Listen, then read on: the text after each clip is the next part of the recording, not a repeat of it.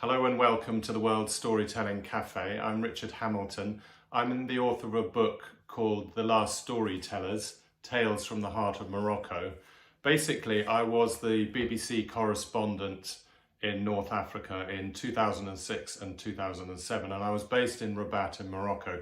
And very early on, I went and did a piece for the BBC radio from our own correspondent, and it was a piece about storytellers in the main square in Marrakesh called the Jamal al-Fanar. And so I recorded a story from an old man who was in his 70s sitting in the main square, and I did a little report about it. And then after that, because I don't speak Arabic, I was working with a translator called Ahmed, and he turned to me sometime later on and said, "Why don't you write a book?" So the idea came from Ahmed, and I'm much indebted to him as well as for all his work translating the tales. And it's thought that these stories are possibly more than 1,000 years old. It's very difficult to gauge exactly how old they are. They date to at least the founding of Marrakesh in around the year 1070. And there is, in fact, if I look at the book, there is a reference to the earliest traveller, the earliest reference to storytelling. This was from the 17th century from a theologian called El-Hassan al-Yusi. I arrived in Marrakesh in the year 1060, that's of the Muslim calendar, so that would be the equivalent of 1650 AD. There I found myself one day in a grand esplanade where I heard the chants of praise to the Prophet. Then I took my place in an imposing circle which consisted of curious onlookers who listened to an old man. He told them comic stories. And before the Arab conquest of North Africa in the 7th century, Morocco was inhabited by the people known as the Berbers, the original inhabitants. So it's thought that their storytelling tradition is even older than that epoch and era. But the first sort of professional performers in the cities started in Fez, and then they grew up in all these other cities like Marrakesh and Tangier and Meknes and Rabat. And for example, in the 1970s, there were 18 storytellers in the Jamal al-Fanar, and today there are none. And when I was compiling this book, there were just a couple left. So one of them, the first one I interviewed was this Moulay Mohammed El Jabri, and he told me many wonderful stories. And basically I worked with Ahmed and we translated we ended up with about 36 stories, but we translated and recorded many more than that. And if people want to know what they're like 1,001 Nights. So they're tales of magical things, monsters, princesses, kings, ghouls. There's often a love story, like a poor man falls in love with a princess, and then the father of the princess, the king, doesn't want the poor man to marry his daughter, so he sets him impossible tasks, and often the poor man manages to succeed against the odds. And the audience would have really enjoyed the stories because they were a form of entertainment, but also the underdog succeeds in these stories. So that's very much what the stories are about. And so they wouldn't have appealed to the elite and the rich and the famous and the successful. They would have appealed to the ordinary man and given them some sort of reassurance that their life could be better. So it was a fantasy and an escape for them. They were also morality tales.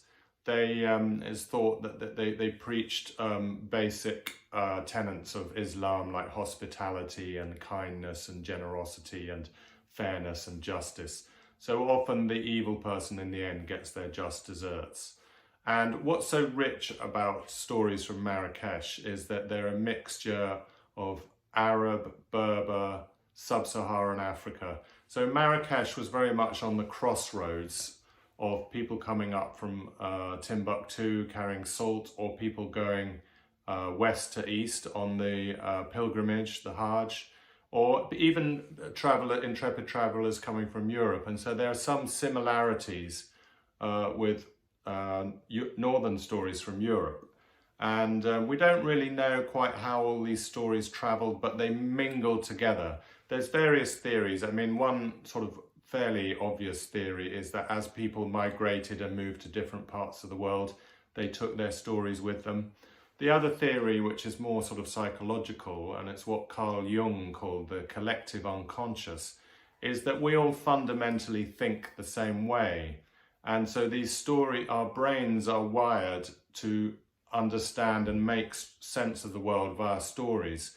And there is only a limited amount of stories. So people like the American folklorist and mythologist Joseph Campbell said that in the end, these stories of heroes combating obstacles can be boiled down to one, what he called a monomyth.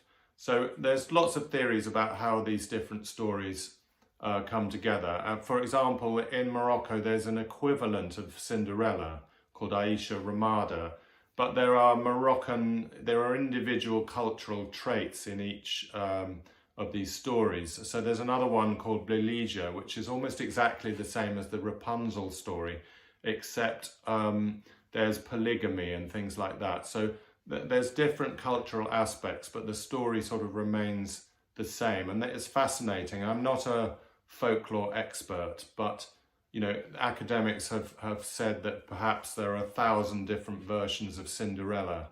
The Aisha Ramada story in Marrakesh is particularly gruesome, and so in the book I didn't try to sanitize these stories, but a spoiler alert here, but the evil stepsisters, in the end, they get put in a barrel with nails inside and rolled down the hill. So pretty gruesome, and I'm not sure all young children would enjoy that, but I didn't want to make these stories sort of Disneyfied or sterile, so I wanted to keep them as much as true to the original. But some people have said that some Moroccan stories are anti-Semitic, or that they don't portray women in the right light. But on the whole, there's a whole range of different stories. It's just that maybe we have our own cultural viewpoint as well. They're not, of course, all sexist or anti-Semitic, but there are elements of different, there's one story where the evil person is a sort of greedy Jewish merchant, but on the whole, they're universal stories, and they don't particularly target one people over another. As I say, they're very old, and then as I was researching the book, I found that, as I said, there used to be, say, 18 storytellers in Jamal Fanar, and then by the time I finished, there were none. So the storytellers I was interviewing, I interviewed 5 of them. They weren't performing anymore.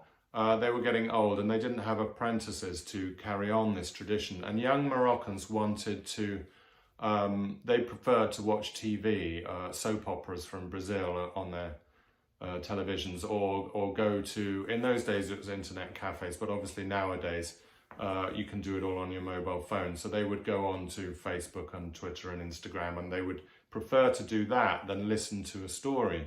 So storytelling has gradually died out, but I'm very pleased to say that thanks to initiatives like this, I think there's a real sense of revival. And also there's a wonderful place in the Casbah in Marrakesh called Café Clock, and they have regular storytelling evenings there once a week, I think on a Thursday. So there are efforts to revive storytelling, and the book was called The Last Storytellers, and the name's a bit of a giveaway, but I'm hoping that I'll be confounded, and that actually there are many more young Moroccans and people all over the world that are taking an interest in storytelling, and that there will be a revival. And then another storyteller that I interviewed in one of the cafes on the edges of the square, and initially, again, he was in his late 60s. He was initially performing, but again, by the time I finished the book, which was around 2009, 2010, he'd given up because he said there wasn't enough money in it, and he couldn't sustain a living anymore. And his son had wanted to be a storyteller, but his wife said, no, I don't want my son to be a beggar. I don't want my son to be impoverished. So a German filmmaker made a documentary about the two of them. And after this, you'd have thought things went well, but the son had a bit of a sort of anxiety attack because he thought that he was going to be famous and he wasn't, and then he got very depressed, and then so the father said, "Oh, my son's staying indoors, and he needs a lot of medication, and he's very depressed and anxious," and he got all this exposure, got this sort of 15 minutes of fame from the documentary, and now he's very ill. So I said, "Is there anything I can do?" And the funny thing was that when I finished the book, I sent a copy of it to the Royal Palace in Rabat. I sent a copy of the book to King Mohammed VI. And I didn't expect to get a reply at all. But one day I got a phone call out of the blue, and this voice, and it was one of those phone numbers that said not recognized or not phone number withheld. So anyway, I didn't know who it was. And this voice said, "Are you going to be in your house tomorrow?" And I said, "Oh no, sorry, I'm at work." And they said, so anyway, I said, "Okay, I'll be around on Friday," or whatever it was. And they still didn't tell me what this was about, but then the doorbell rang, and there was a sort of man in a suit and dark glasses and a limousine, and he handed me this envelope, and I opened it up, and there was a letter in Arabic and a letter in English, and it was signed by King Mohammed VI of Morocco, saying, "Congratulations on your research. You've helped to revive a dying art and tradition in my country." And so I was absolutely amazed. So when I spoke to Abdurrahim about his son being ill, I thought, well, in for a penny, in for a pound, I'll write to the king again. So I set off. On one of my research trips, I came back and I had a chat with him, and he was telling me how ill his son was. So I wrote to the king. I explained Abdurrahim's situation and said that he can't make any money out of storytelling, and would there perhaps be a possibility of investing in some sort of venue where storytellers could perform, because the square nowadays is so noisy, and there's so many tourists and mopeds and fire eaters and acrobats, and it's a fantastic place, but the sound of the storytellers is literally drowned out. So it wasn't really possible for them to perform in the square anymore. I mean, it would certainly be very difficult. It's a lot noisier than it used to be. So I wrote to the king again, and I had to sort of write to the head of protocol, and it took me a while to find the right address.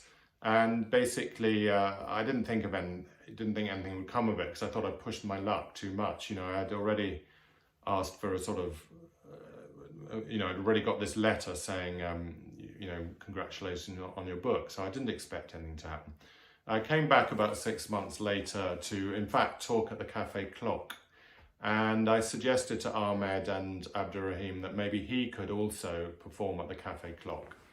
And he said, "Oh, by the way, I've got some news for you. I got a letter from the king, and it said that the king had received your letter, and that he'd bought me a house." So this is one of a true story, but in a way almost stranger than fiction. And there's a saying in Morocco that nothing is certain, but everything is possible. And the storyteller, the story of the king and the storyteller and the house is in itself like a little gem, or a little short story from Morocco. It's a place very close to my heart, and I just hope that it has given me so much. I hope that my research and my book and people's appreciation of Morocco, because Morocco can be quite impenetrable and difficult to understand. And of course, there are the obvious things that you can appreciate, like the souks and the bazaars and buying a carpet and listening to the muezzin. But the stories, in a way, reveal more about, they sort of get under the skin of Morocco more than perhaps just a guidebook would. So what I hope is that people will enjoy the book and be able to read it on a rooftop of a riad with a glass of hot mint tea as the sun goes down and the muezzin chants, to read some of these stories, because some of them are so precious and so old, and most of them had never been written down before.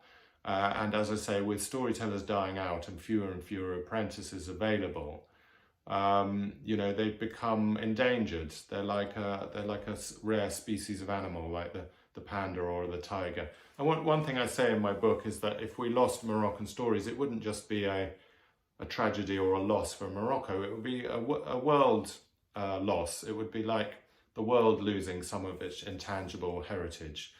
Just as if tigers or pandas died out, they wouldn't just be a loss to those countries, it'd be a loss to the world. And UNESCO has, I think it was in 2001, has designated the Jamal Fanar as a World Heritage Site, partly because of things like storytelling and performances.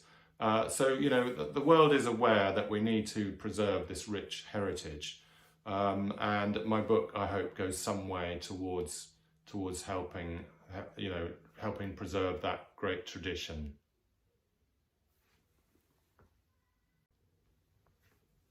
So I thought I'd give you a couple of examples of traditional Moroccan legends or folk tales that are in the book. And the first one I'm going to read is called The King and His Prime Minister by Abderrahim El Macquarie.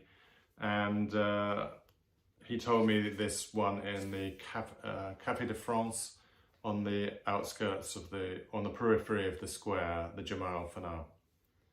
The King and His Prime Minister. There was once a king who had a prime minister who was called It's Good.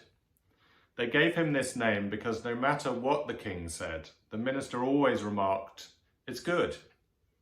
One day, the prime minister met the king in the garden of his great palace, where he found him idly chopping a small strip of bamboo with his dagger. The dagger slipped on the bamboo and the monarch sliced a piece of his finger off. "It's good," the prime minister exclaimed. The sovereign wrapped a bandage around his finger, but he did not think it was good at all. In fact, he was so angry that he ordered the politician to be locked up in prison and left there to rot. Some days later, the king wanted to get away from all his problems and the endless intrigue in the palace. He decided to make a voyage by sea, so he boarded a ship and sailed away. After many days on the ocean waves, the vessel came to an island. When the king arrived at the island, he thought it was a beautiful place and he disembarked alone. But no sooner had he left the boat than he met some natives. They warned the king that on this island, strangers are always captured and sacrificed at dawn the next day. Before the king even had time to think about this, he saw a group of fierce-looking soldiers running towards him.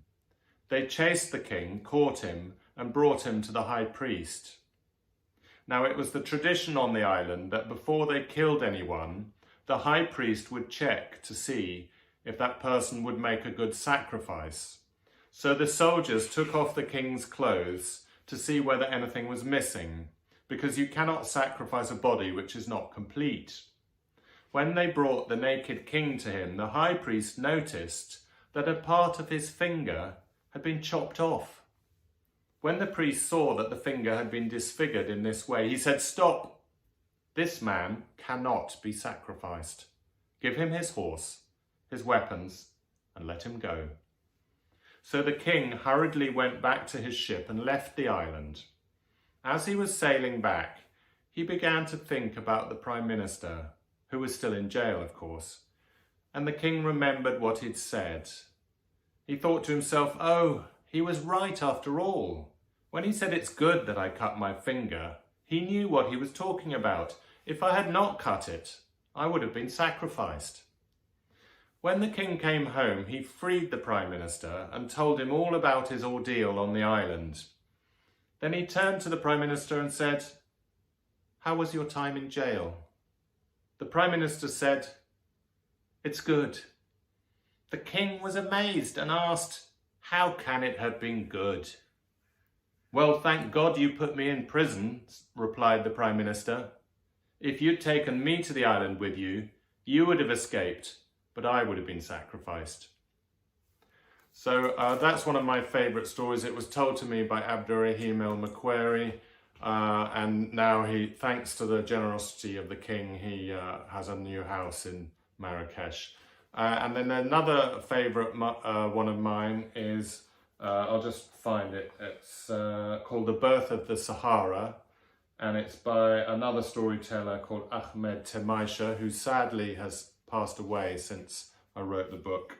And I interviewed him in the Mela, which is the old Jewish quarter of Marrakesh, and he was very old and he'd gone blind. He was in his 80s and he'd given up storytelling a few years ago, but we managed, again, thanks to the help of my translator Ahmed, we tracked him down through the alleyways of the Medina, and we sort of would come to someone and we'd say, "Would you know where Ahmed Tamaisha lives?" And they'd go, "Oh, I think it's that way," and we'd walk down and then not have any luck, and then somebody else would say, "No, it's back the other way." And so this carried on for most of a morning, and then eventually we found the house that he lived in, which was this old fading riad that's probably been bought up by some rich Westerners and converted into a boutique hotel. But when we saw it, it was just this empty courtyard, and there was hardly any electricity, and Ahmed Tamaisha lived in virtually one room, and he just had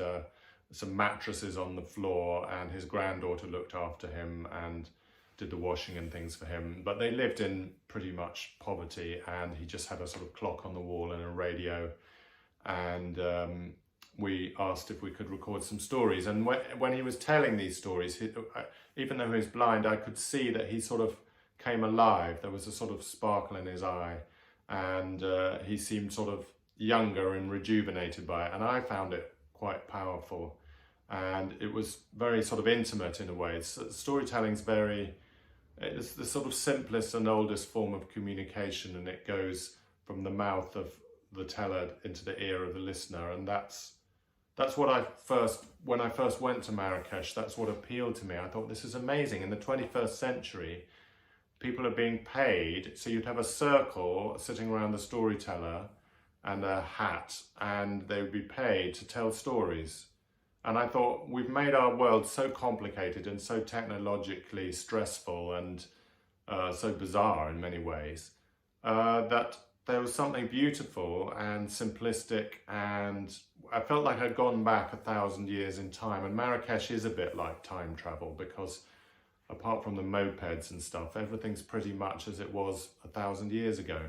And the Medina's been preserved again for heritage reasons. So this story is called The Birth of the Sahara, and it's a bit different in that this is a creation myth. It sort of explains how the Sahara came to be in existence. The Birth of the Sahara by Ahmed Tamaisha. A long time ago, when the earth was very young, it was one huge garden covered in tall palm trees and perfumed jasmine, and the songs of nightingales flooded the landscape with their gentle melodies. At this time, all men were loyal, trustworthy, and honest. In fact, the word lie did not even exist. But one day, someone told a lie. It was a very small lie and of no importance, but it was the end of man's childhood and the age of innocence.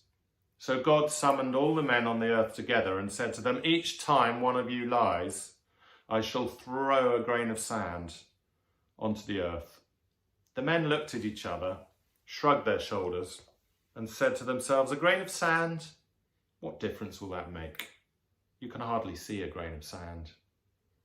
And so, lie after lie, little by little, the Sahara gradually came into existence as God threw grains of sand onto the earth from the heavens above. But here and there, the odd oasis can still be seen. These are the traces of the original garden, because not all men lie.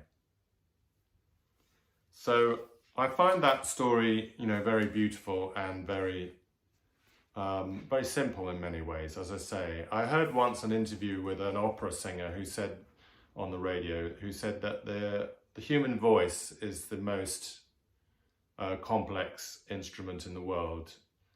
And yet it is also very simple, but it's the most sort of beautiful sound. And so in some ways, the simpler the story, the purer they are, and the more, that's a very short one, but they're ones that go on and on and on, and that's quite remarkable. And nowadays, our memories are very short, and we can't, I can't even remember my home phone number, or, I forgot my wife's birthday a couple of years ago. But what's remarkable is that these old men had the capacity to absorb and memorize by heart like most of the Old Testament, all of 1001 Nights, and dozens of traditional Moroccan stories. which is quite incredible. So some of these were very long. So Abdurrahim El Macquarie, for example, his nickname was El Azaliya, and Azaliya is a traditional Arab story. It may even be pre-Islamic. Anyway, Azaliya is a very, very long story about a hero and monsters and genies, and there's lots of adventures that the hero goes on. And they serialized it on a radio show in Morocco, and it took 2 years to tell. And so again, in the old days, in the main square, a storyteller would sit and speak, tell his tale for maybe an hour before sunset, and then it would be time for people to go home, and then they'd come back the next day, and he would carry on. So Abdurrahim would tell the Azaliya story, and remarkably, he could remember all of it. And the legend is that itself about the story is that it's so long that by the time you finished it, you'd go blind. And so it's just remarkable retention and recall to be able to memorize these things. And also people would remember stories from years before. So a bit like, Greek plays that even though they were only performed every few years, people would come back and they would pick up a reference to some previous play from like 4 or 5 years ago, even though it had only been performed once, but people would remember that. And nowadays with Google and stuff, we're always looking things up or writing things down. But Morocco's got this, at independence, 80% of the population could not read or write. So they did rely on storytellers to share information, and they did have remarkable memories. And then as literacy has improved, which is obviously a good thing, but even now it's like 40%. And in the rural areas and amongst women, it's higher than that. So storytelling was a way of entertaining, but also telling people about the world. And in the old days, storytellers would move from town to town, from marketplace to marketplace, informing the local population about what was happening in other parts of the country. So they were like an early form of newspaper or news media. So there are many sort of depths to Moroccan stories. And on one hand, so we're going back to the king and prime minister story. On the one hand, it seems quite fun and it would appeal to a young audience, and it seems quite simple. And when I first heard it, I actually thought this is a bit annoying. The prime minister keeps saying it's good. How dumb is that? But then when I've told it at different festivals or different readings, people come up to me and said, I think that story is about sacrifice. It's about Eid, or it's about Abraham and Isaac and the sacrifice. And, so people have said that. And then other people have said, no, it's, I've come across that story in Buddhism, and it's about the sort of, it's okay to be imperfect. And then other people have said that it reminds them, that the Prime Minister reminds them of the Nasruddin character who appears in Afghanistan and Central Asia as a wise fool. So the Prime Minister seems foolish, but what he says is actually quite profound. So, and you have different Nasruddin characters in different parts of the world, and they have different name, but so in many ways these stories have different layers to them. And there's a poem by Rumi, I think he's from Afghanistan, a Persian poet, mystic, Sufi mystic, a poem in which he says, in the eyes of men everything is good and bad, but in the eyes of God everything is good. And that could have been written, or this story could have been written in view of that poem. So in many ways the stories have as many depths as you want them to be, or as you can understand, and so they appeal to people of different ages, different educations, and I'm always finding out more. So they're like a little gem that you hold up to the light and you find out more about them. And I'm learning from audiences that come up to me and say, oh, that's like a Buddhist story, or that's like an Indian story, or and of course the specifics, the cultural references change, but there's the similar stories that keep turning up. And as I say, the one about the Sahara is very simple. There are longer stories in my book. A lot of them are morality tales, or the prince falls in love with a princess, as I said. So I think they're very rich, and that Marrakesh has this sort of, if people have been there, I'm sure many people have, it has this vibrancy, it has this dynamism, and I think it's because people, it's a melting pot of different cultures. You've got Berber, Sub-Saharan African, Arabic, and people all mingling together in this amazing old Medina. And likewise, the stories are very vibrant and dynamic, and they're changing all the time. And storytellers will pick up new elements and try them on new audiences and change them depending on the reaction. So although this is a collection of stories, they're not set in stone, and they may be different with each telling, and I've found different reactions when I've read them, and and I've realised the power of they work but much better as read aloud. So I've read them out to children, and I hear giggles, and so you get the interactive element of it is very powerful as well. So I think that's basically what I wanted to talk about. Moroccan stories, they're a treasure trove. They're very old, they're endangered, they're beautiful, they're fantastic, they're a sort of source of fantasy, a source of learning. They helped inform Moroccans, they helped give people hope against the odds. They taught people morality. They entertained people at the end of the day, and there are stories about how clever the storytellers were at keeping their audience, because you can imagine it, if there were 18 or a dozen storytellers performing to different circles in the square, they had to compete with each other. And there was one storyteller, many decades ago, who held up a donkey, and the donkey started screaming or bellowing or bleating or whatever noises donkeys make. And people came round to see what was going on, and the storyteller said, "You fools! When I tell a story from the Quran, no one wants to listen. But when a donkey screams, you come and listen." So there were very clever ways of getting attraction. Somebody else said, "All those cursed by their parents must leave now." So no one in the circle in the square, because you've got the square and then little overlapping circles within the square. So it's an interesting pattern. If you look down, it was almost like the Olympic rings, and the rings would slightly overlap. So I think that's what I have to say about Moroccan stories. And there is a Pass the Hat button on this page, but I'm not collecting money for myself. I'm a member of an organisation called the British Moroccan Society, or BMS.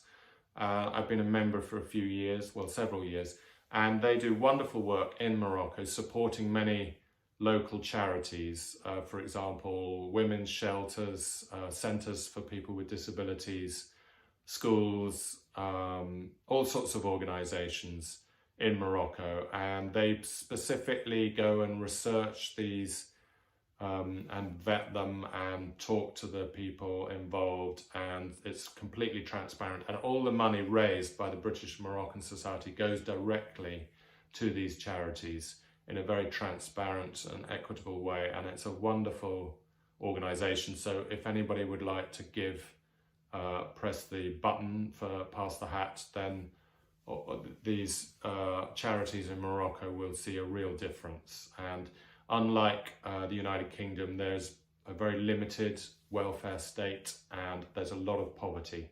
So, we may enjoy staying in a lovely hotel and a beautiful riad, but there are a lot of Moroccans living hand to mouth, especially in the rural areas, and they need all the support we can give them. So I'll be very grateful if anybody wants to contribute. And thank you for listening to me, and I hope that you've learned a little bit more about traditional stories from Marrakesh.